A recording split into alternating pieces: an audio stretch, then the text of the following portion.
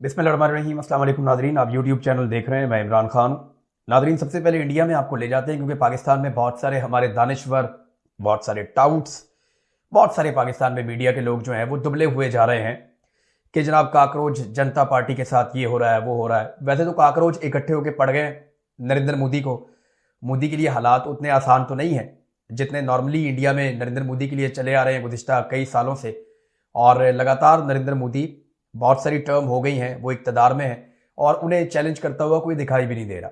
मोदी ने हिंदुत्वा को इस्तेमाल किया, वहाँ पे जो एक तंग नज़र किस्म के तबकात हैं उन सबको इस्तेमाल किया और एक नफ़रत की सियासत भी की है भारत में।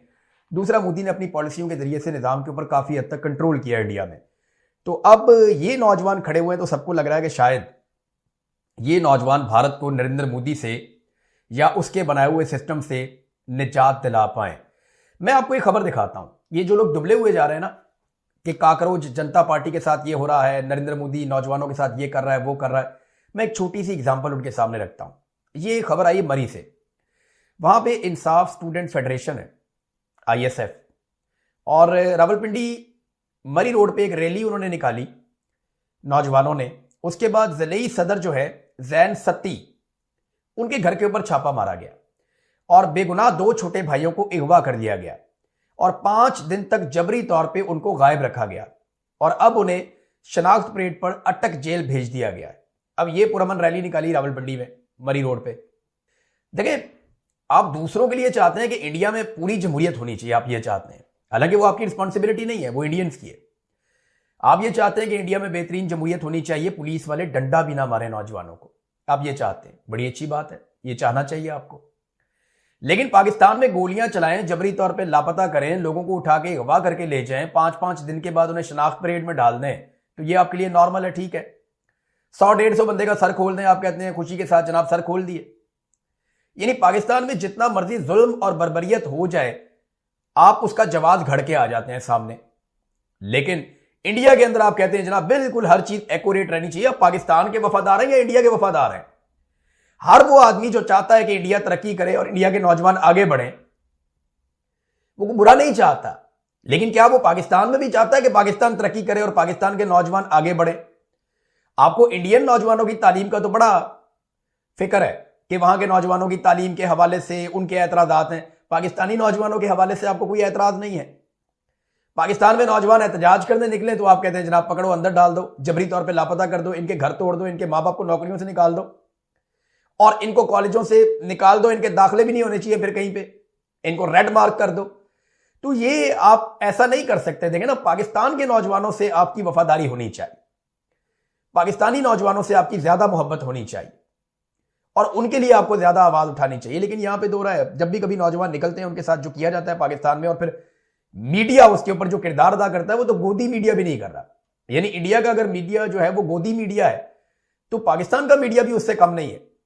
वो कभी भी ऐसी खबर नहीं देते जहां पे इंसाफ की बात हो रही हो, जहां पे बात रूल ऑफ लॉ की हो रही हो, आजादी इज़हार राय की हो रही हो, नौजवानों के हुकूक की बात हो रही हो, मैंडेट की बात हो रही हो। कभी भी पाकिस्तानी मीडिया इन चीजों में नहीं पड़ता। वो वही करता है जो पाकिस्तान की मिलिट्री एस्टेब्लिशमेंट उन्हें कहती है। नरेंद्र मोदी को बहरहाल काकरोच रल मिल के पड़ गए। देखिए, इसमें एक बात आपको माननी पड़ेगी कि जितनी भी खामियां हो, भारत में जमहूरियत पाकिस्तान से बेहतर है, यह आपको अंदाजा हो जाएगा। नरेंद्र मोदी का जो स्टेटमेंट है उससे, उन्होंने अंग्रेजी में और हिंदी में दोनों जबानों में उन्होंने लिखा, मैंने आपके लिए उर्दू में ट्रांसलेट किया है। उन्होंने कहा जी हमारे लिए नौजवानों की फलाह बहबूद और मुस्तकबिल से बढ़कर कुछ भी नहीं है, यानी इससे अहम कुछ नहीं है। और फिर उन्होंने कहा कि हमने पर्चा लीक के वाकयात में मुलव्वस, यानी वहां पे जो इम्तिहानी पर्चा है ना वो लीक हो गया था, जिसपे नौजवान गुस्से में आए, जहां से मामला ट्रिगर किया है। वो कहते जी हमने पेपर लीक के वाकयात में मुलव्वस अफराद के फौरी और सख्त तरीन उनको सजा दिलाने के लिए फास्ट ट्रैक अदालतें कायम करने का फैसला किया है। मुतल्लिका हुकाम और जिम्मेदारान को इस सिलसिले में तमाम जरूरी इकदाम उठाने की हदायत भी जारी कर दी गई हैं। नौजवान तलबा के मफादात का तहफ़्फ़ुज़ यकीनी बनाने के लिए ये इकदाम हमारे तसलसल का हिस्सा है। वो तमाम अनासिर जो हमारे नौजवानों के मुस्तकबिल को नुकसान पहुंचाने की कोशिश करेंगे, उन्हें हरगिज नहीं बख्शा जाएगा। ये नरेंद्र मोदी को यहां तक तो आना पड़ गया, लेकिन नौजवान कह रहे हैं कि वो जो धर्मेंद्र प्रधान है वो इस्तीफा दे, लेकिन वो इस्तीफा नहीं दे रहा। अभी तक नरेंद्र मोदी ने उससे इस्तीफा लिया भी नहीं है। उसका एक रीजन है ना, उसको समझिए जरा आप। अगर नौजवानों ने अपनी ताकत इस्तेमाल करके एक वजीर को उल्टा दिया ना, तो कल वो अपनी ताकत इस्तेमाल करके वजीर आजम को भी उल्टा देंगे। ये बात इंडिया का सिस्टम जानता है। ये जो सिस्टम में लोग काम करते हैं ना, ये बहुत समझदार होते हैं, ये बेवकूफ नहीं होते। ये साइकोलॉजिकल एनालिसिस कर रहे होते हैं, पूरी सोसाइटी का एक एक चीज का जायजा ले रहे होते हैं, और इन्हें पता होता है कि अगर लोगों ने ताकत के बलबूते पे अपना मुतालबा मनवा लिया या अपनी जिद्दोजहद से अपना मुतालबा मनवा लिया, तो फिर वो अगला मुतालबा सामने रखेंगे और आहिस्ता आहिस्ता हम कमजोर होते जाएंगे, लोग ताकतवर होते जाएंगे। यही बात है ना, आजाद कश्मीर में मिलिट्री एस्टेब्लिशमेंट बहुत कुछ दे सकती है, लेकिन एहतजाज के नतीजे में नहीं देंगे। वो ये सोचते हैं कि अगर आजाद कश्मीर के लोगों ने एहतजाज के नतीजे में अपना हक हासिल कर लिया तो पाकिस्तान के लोग भी निकलेंगे, बाकी लोग भी निकलेंगे। तो इस चीज का डर जो है वो किसी भी मुल्क में एस्टेब्लिशमेंट को ऐसा करने से रोकता है। हाँ, जहां पे जमहूरियत है, जहां पे आजादी इजहार राय है, या जो डेवलप्ड कंट्रीज हैं, वहां पे लोग अपनी गलती भी तस्लीम करते हैं और अपना किबला भी दुरुस्त करते हैं अवामी रद्द अमल के बाद। लेकिन कुछ जगहों पे डिटाई, जैसे इंडिया में है, पाकिस्तान में है, और भी कई जगहों पे है, लेकिन कम से कम नरेंद्र मोदी को कुछ हद तक काकरोच मिलजुल कर ट्रैक पे लेकर आए। अब मेरी गुजारिश है पाकिस्तानी कीड़े मकोड़ों से जो मेरी तरह है, कि हमें भी अब चाहिए कि काकरोचों की तरह खड़े हो जाएं और हम भी अपने हुक्मरानों को और मिलिट्री एस्टेब्लिशमेंट को ट्रैक के ऊपर लेकर आए, क्योंकि मुल्क के हालात बहुत खराब हैं। ये बलूचिस्तान में दोबारा से चीजें रिपोर्ट हुई हैं, मैं आपके सामने रखता हूं, लेकिन पहले मैं मुबशर जैदी साहब हैं, बड़े अच्छे जर्नलिस्ट हैं और मैं उन्हें हमेशा अपने से बहुत अच्छा जर्नलिस्ट समझता हूं, बहुत सारे जर्नलिस्टों से अच्छे हैं। उनके कॉन्सेप्ट भी बड़े क्लियर रहे हमेशा। यानी जिस वक्त हम गलतफहमी का शिकार होते थे, हमें लगता था कि मिलिट्री एस्टेब्लिशमेंट जो फैसला करती है वो सबसे पहले पाकिस्तान का मफाद रखती है। यानी हमें यह गलतफहमी थी, मुझे जाती तौर पे यह गलतफहमी थी कि पाकिस्तान के जर्नैल जब भी कभी फैसला करते हैं तो वो पहले पाकिस्तान को आगे रखते हैं। फिर मेरी गलतफहमी दूर हुई, नहीं, वो पहले अपने आप को आगे रखते हैं, अपनी नौकरी, अपनी एक्सटेंशन, अपना इस्तिस्ना, अपनी ज़ात, अपनी फैमिली, वो पहले अपने आप को रखते हैं, उसके बाद पाकिस्तान को रखते हैं। ये मेरी गलतफहमी दूर हो गई। तो मुझे लगता है कि ये गलतफहमी मुबशर जैदी साहब जैसे जो हमारे सहाफ़ी हैं उनको नहीं थी, लेकिन शायद हो सकता है कि आजकल वो इस गलतफहमी का शिकार हो रहे हों, क्योंकि उन्होंने एक ट्वीट किया और वो चीज़ों को उस ऐनक से देख रहे हैं जो ऐनक माजी में हमने भी पहनी हुई थी। लेकिन अल्लाह का शुक्र है कि काफ़ी हद तक चीज़ें अब कॉन्सेप्ट पूरे पाकिस्तान के क्लियर हो गए हैं। उन्होंने कहा कि जब भी नरेंद्र मोदी के खिलाफ इंडिया में एहतजाज शुरू होता है तो बलूचिस्तान और खैबर पख्तूनख्वा में दहशतगर्दी के हमले रुक जाते हैं, ये उन्होंने क्लेम किया। इसके ऊपर एक जो हमारे बलूचिस्तान के सहाफ़ी हैं उन्होंने जवाब दिया कि या बलोच साहब, वो ये कहते हैं कि कहां रुके हैं साहब, खटपूचा मस्तूंग में इस वक्त कर्फ्यू नाफिज है। आज सुबह मस्तूंग में एक सेशन जज को कत्ल कर दिया गया। कल ही आईएसपीआर ने 10 अस्करियत पसंदों को हलाक करने और 2 खवातीन खुदकुश बमबारों को गिरफ्तार करने का दावा किया। इधर रोजाना 2 से 3 अफराद टारगेट किलिंग का निशाना बन रहे हैं। तो कहां रुके हैं दहशतगर्दी के वाकयात? देखिए, हमें ना हर चीज को भारत के साथ नहीं जोड़ना चाहिए, हमें अपने गिरेबान में झांकना चाहिए। ये को मैं जैदी साहब पे तनकीद नहीं कर रहा, ये हम लोगों की ओवरऑल ऐसी सोच है, उसको बदलने की जरूरत है। ये जो कुछ हमारे साथ हो रहा है ना, इसके लिए सबसे बड़े जिम्मेदार हम खुद हैं। हमने खुद अपनी पॉलिसियों को ऐसे रखा कि अपने लोगों को नाराज किया, उनको धक्का दिया, उनको दीवार के साथ लगाया।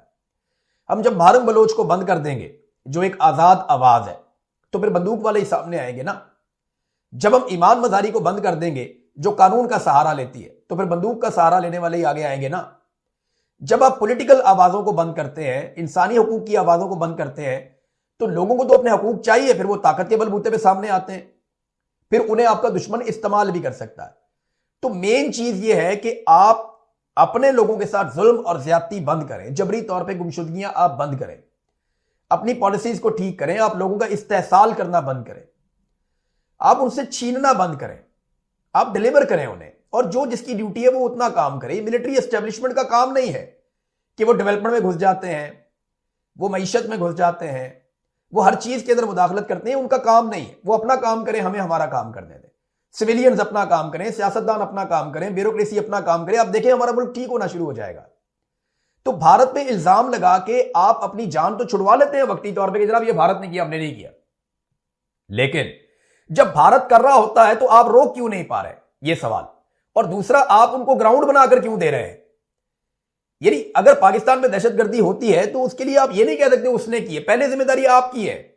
और हम अपनी पॉलिसीज के वजह से दहशतगर्दी को पाकिस्तान में लेकर आए, जो जियाउल हक की पॉलिसी थी, बाद में जो मुशर्रफ की पॉलिसी थी, उसके बाद से लेकर अब तक जो जनरल बाजवा की पॉलिसी थी कि दहशतगर्दों को पाकिस्तान में लाकर बसाया जाए।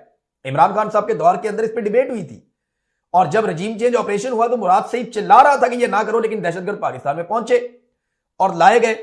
तो मेरी गुजारिश यह है कि सियासतदान कभी भी उतने बड़े रिस्पॉन्सिबल नहीं है पाकिस्तान के हालात के, जितने बड़े जिम्मेदार पाकिस्तानी मिलिट्री एस्टेब्लिशमेंट के लोग हैं।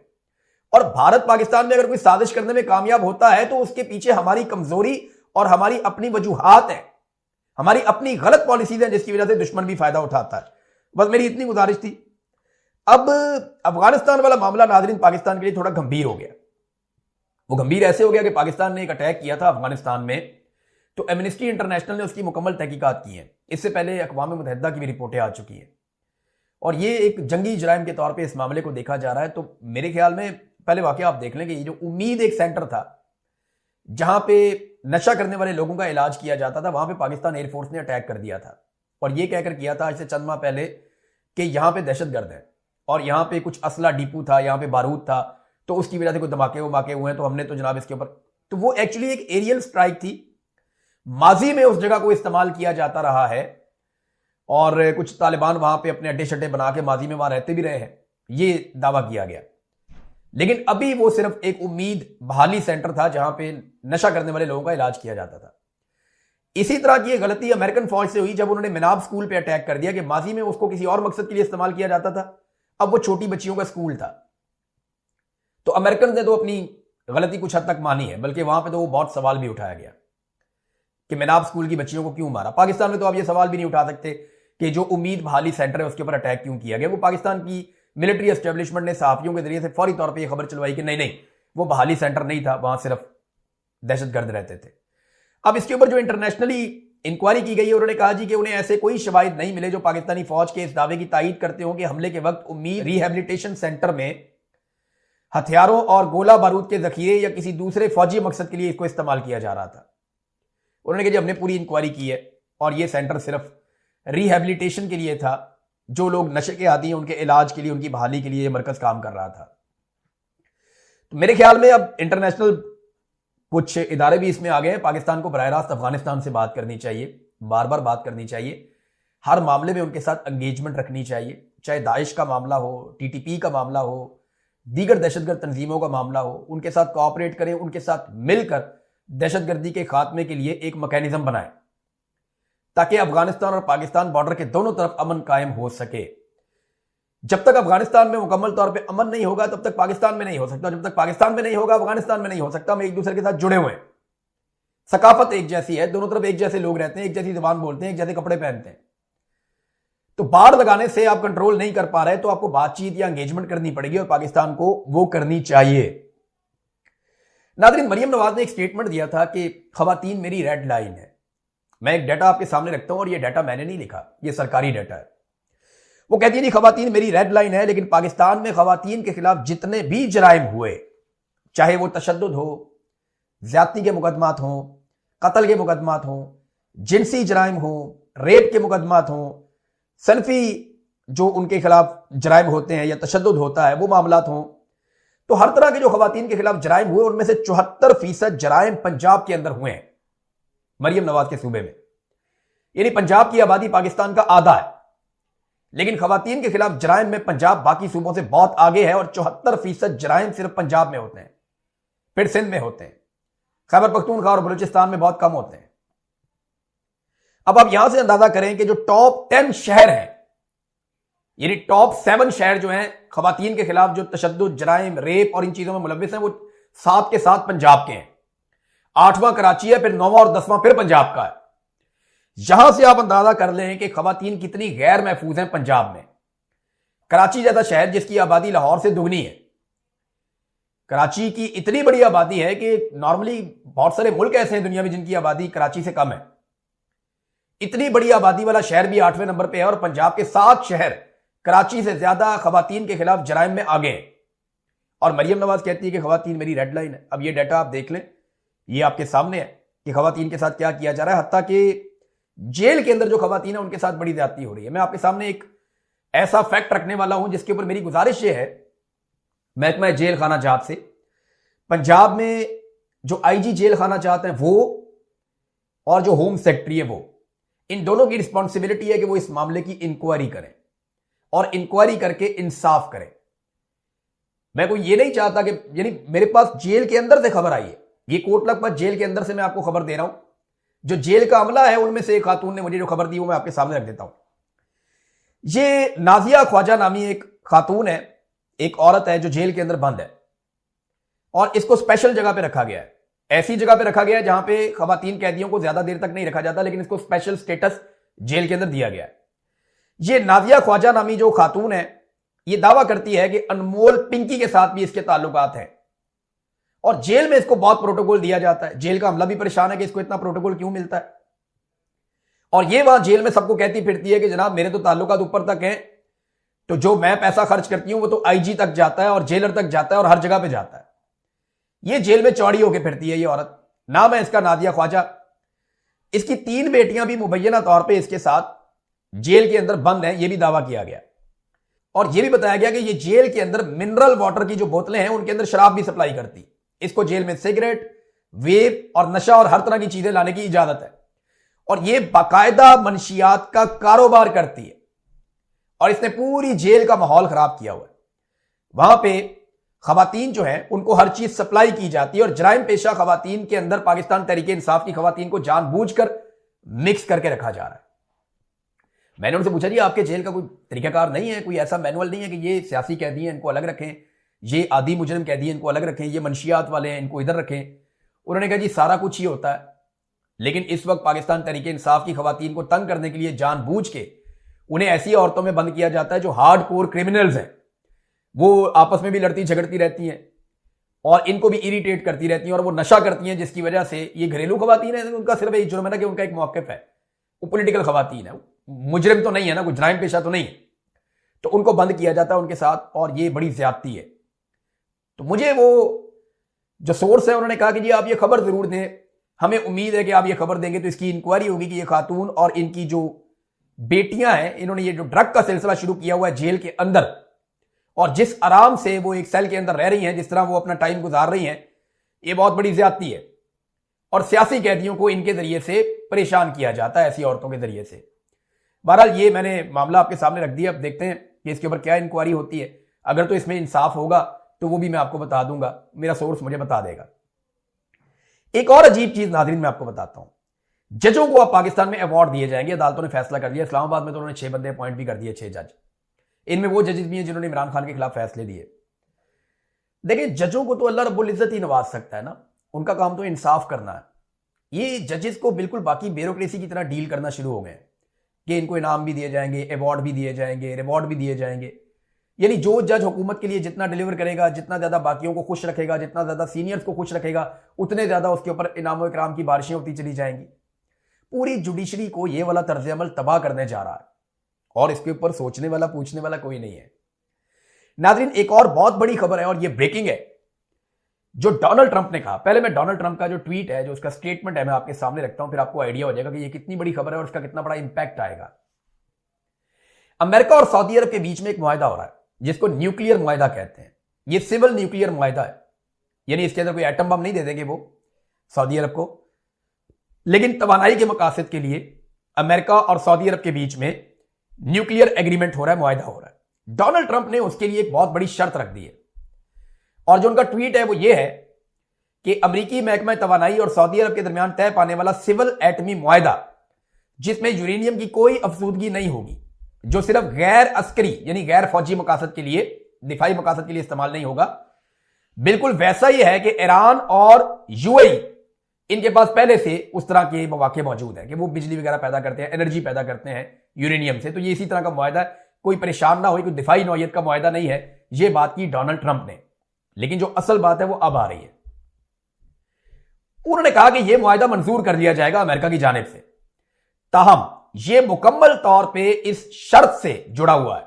उन्होंने एक शर्त रख दी कि अगर यह शर्त सऊदी अरब पूरा करेगा तो हम सऊदी अरब के साथ एक न्यूक्लियर मुआहदा करेंगे। और वो शर्त क्या है कि सऊदी अरब इंतहाई मोहतरम और कामयाब इब्राहिम अकॉर्ड में शामिल हो जाए, फिर जनाब अमेरिका को किसी किस्म का कोई ऐतराज नहीं होगा कि सऊदी अरब वहां पे एटमी तनसीबात अपनी लगाए और एनर्जी पैदा करे।